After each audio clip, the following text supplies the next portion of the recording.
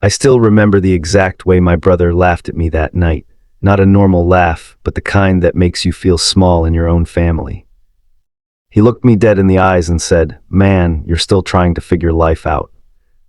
At your age, what he didn't know was that I had already figured out something far bigger than he could ever imagine, something that would change everything. My name is Evan Callahan, and I grew up in a house where success was never shared equally, it was compared. My older brother, Derek Callahan, was the golden son. Straight A's, football scholarships, business degree, then a flashy job in real estate. My parents spoke about him like he was proof they did something right in life. Me, I was the opposite story, the confused one, the late bloomer, the still figuring things out kid. Even when I was trying my best, it never looked like enough next to Derek's highlight reel. We grew up in Columbus, Ohio, in a modest two-story house in a quiet neighborhood. On the outside, we looked like a normal American family. Inside, it was constant comparison. I still remember sitting at the dinner table as a teenager while my father would say things like, "Derek already got selected for honors." "Evan, what about you?" Derek would smirk without even looking at me, and I would just eat quietly, pretending it didn't hurt, but it always did. The truth is, I wasn't lazy, I wasn't dumb. I just didn't fit into their definition of success.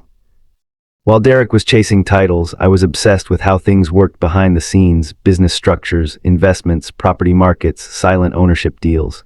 But no one cared about that. To them, I was just behind. After high school, Derek went straight into real estate. And me, I took odd jobs, delivery driving, warehouse shifts, freelance gigs.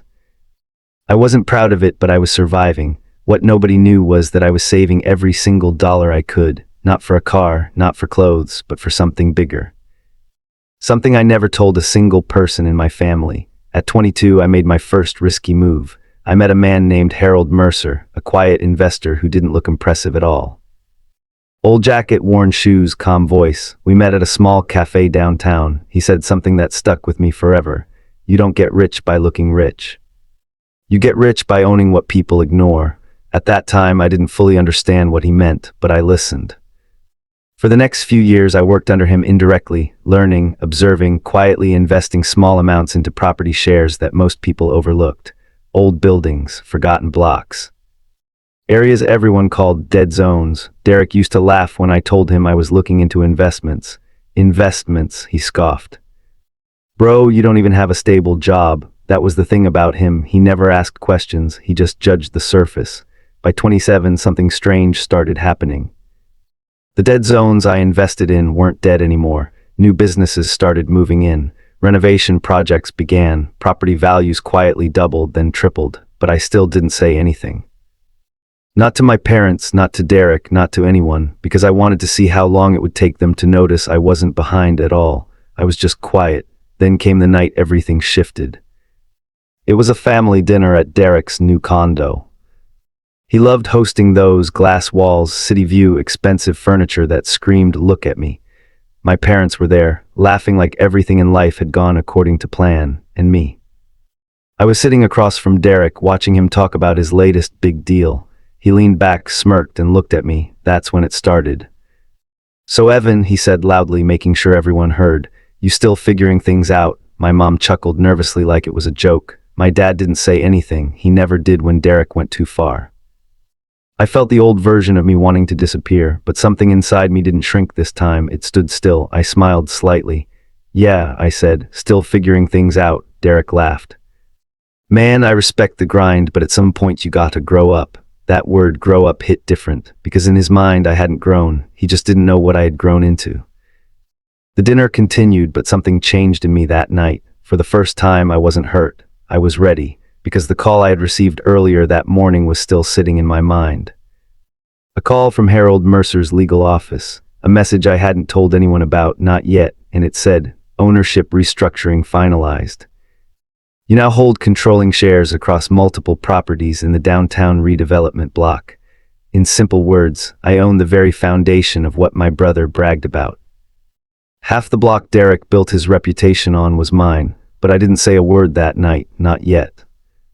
I just looked at Derek across the table as he laughed again and said, "You'll figure it out eventually, bro." And I nodded, because he had no idea the thing I had figured out wasn't life, it was him.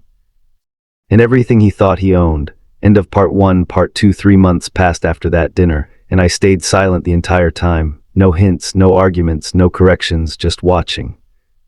Derek kept living the same way, loud confidence, expensive deals, constant bragging. And every time he spoke, I learned something new about how fragile his world actually was. Then the meeting invitation arrived, a private redevelopment board meeting downtown. Derek had been pushing for a major expansion project in the same district I had invested in years ago. He thought it was going to be his biggest career win. He even called me the night before. "Hey," he said casually, "you should come tomorrow, might learn something useful for once." I almost laughed. "Yeah," I replied, "I'll be there." The next day I walked into the conference room quietly. Derek was already there, shaking hands, acting like the future belonged to him. My parents were also invited. He wanted them to see his success moment. He didn't notice the legal advisors whispering when I entered. He didn't notice the folders being adjusted. He didn't notice anything until the head of the board cleared his throat and said, "Before we begin, we need to confirm the primary ownership stakeholders of the downtown redevelopment zone." Derek smiled confidently and leaned forward. "That would be me and my firm," he said, and then he looked at me, smirking again like I was just there to watch. The board member opened the document and everything stopped. "Actually," he said calmly, "major controlling shares belong to Evan Callahan." Silence, not the normal kind, the kind that crushes a room. Derek laughed awkwardly. "No, that must be a mistake." The man shook his head. "It's legally verified." I watched Derek's face change slowly, confusion first, then disbelief, then something I had never seen on him before. Fear. My father turned toward me. "Evan, what is this?" I stood up slowly. For the first time in my life, I didn't feel small in that room. "I think," I said calmly, "it means I own most of the block Derek has been building his project on." The room went dead silent again. Derek shook his head. "That's impossible. You don't have that kind of money." I looked at him. "I didn't need money," I said. "I needed time and patience, things you never paid attention to." The board confirmed everything: property shares, investment transfers, legal ownership, all tied back to me through Mercer Holdings. Derek's entire project, his pride, his presentation, his reputation was built on land he didn't fully control. My mom whispered, "Why didn't you tell us?" That question hurt more than anything Derek ever said, because the answer was simple. "You never asked." Derek finally snapped. "So what? You just stayed quiet so you could embarrass me?" I shook my head. "No, I stayed quiet because I wanted to see if you would ever respect me without comparison." That hit him differently. For the first time, he didn't have a comeback. Weeks later, the project was restructured. Derek had to partner under my terms, not because I wanted revenge, but because the truth finally surfaced. I wasn't figuring things out. I had already figured it out years ago. While everyone was busy talking, I was building. Now, things are different. Derek doesn't mock me anymore. My parents don't compare us the same way, and me, I don't need validation from anyone in that house anymore, because I learned something important. Silence isn't weakness, sometimes it's strategy.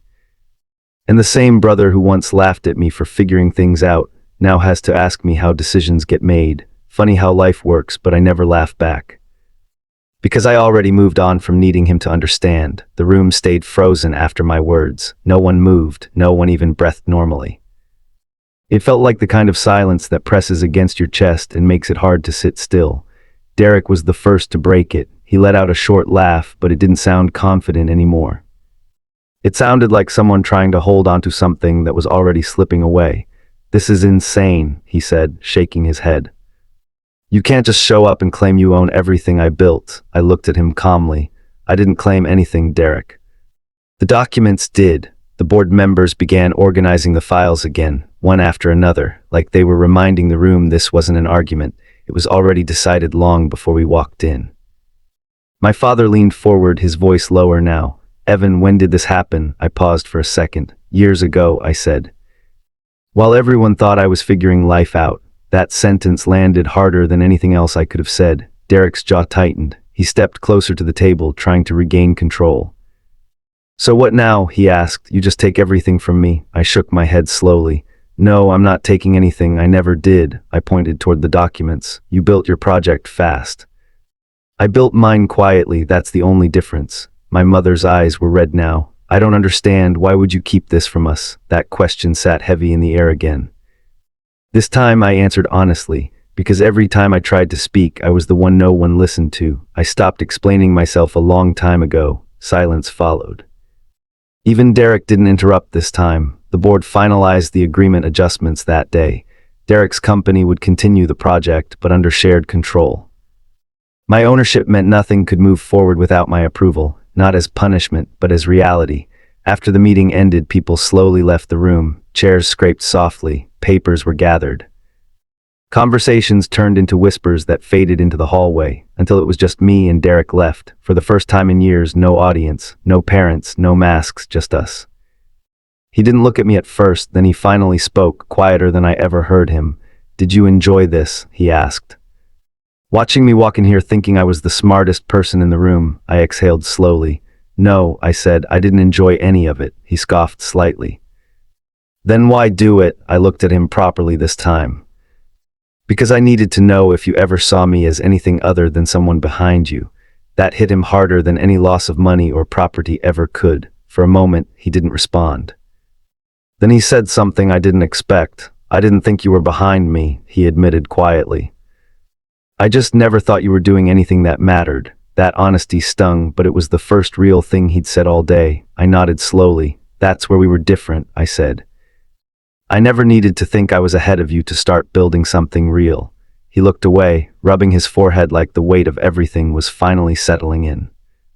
For the first time, he didn't look like the older brother who used to mock me. He just looked human. Days passed after that meeting. The tension didn't disappear instantly. It lingered in calls and meetings, in the way my family avoided certain topics at dinner, but something shifted permanently. The balance in the room was gone, and so was the illusion. My father eventually called me one evening. His voice was slower than usual. "I should have paid more attention to you," he said. It wasn't dramatic, it wasn't emotional, just honest. And somehow that meant more than anything else I had ever heard from him. My mother followed a few days later. She didn't talk about business. She just said, "We didn't see you clearly." That one sentence stayed with me longer than anything else, because it finally acknowledged what I had lived with for years. Derek and I didn't suddenly become close. We didn't turn into some perfect story where everything was fixed. That's not how real life works, but something did change between us. The comparison stopped, the jokes stopped, the need to prove stopped.